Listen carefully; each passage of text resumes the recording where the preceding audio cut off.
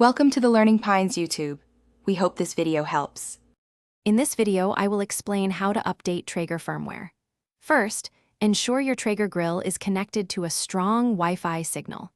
Next, open the Traeger app on your mobile device and confirm it's updated to the newest version. You'll also want to check your grill's current firmware version within the app settings before proceeding. This initial setup ensures a smooth update process. Before starting the update, make sure your Traeger grill is powered on and remains connected to your Wi-Fi network. Keep your mobile device close to the grill to maintain a strong and stable connection throughout the process. It's crucial not to power off the grill or close the Traeger app once the update begins, as this could interrupt the installation.